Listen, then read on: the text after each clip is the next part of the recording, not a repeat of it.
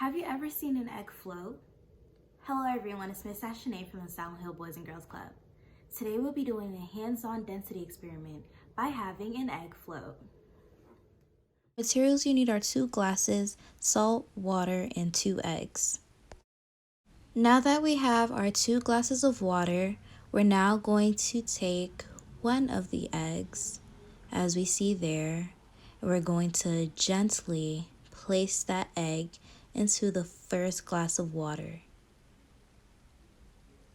Now that that egg is placed into the glass of water, did it sink or float?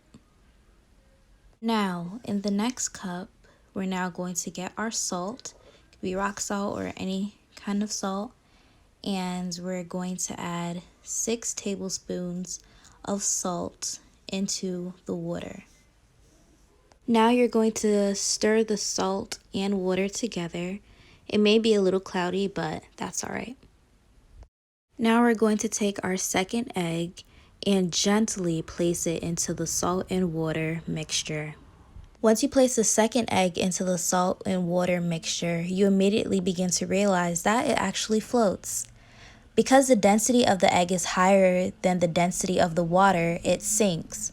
So when salt is added to the water, the saltwater solution allows the density to become higher than the eggs. So the egg will then begin to float.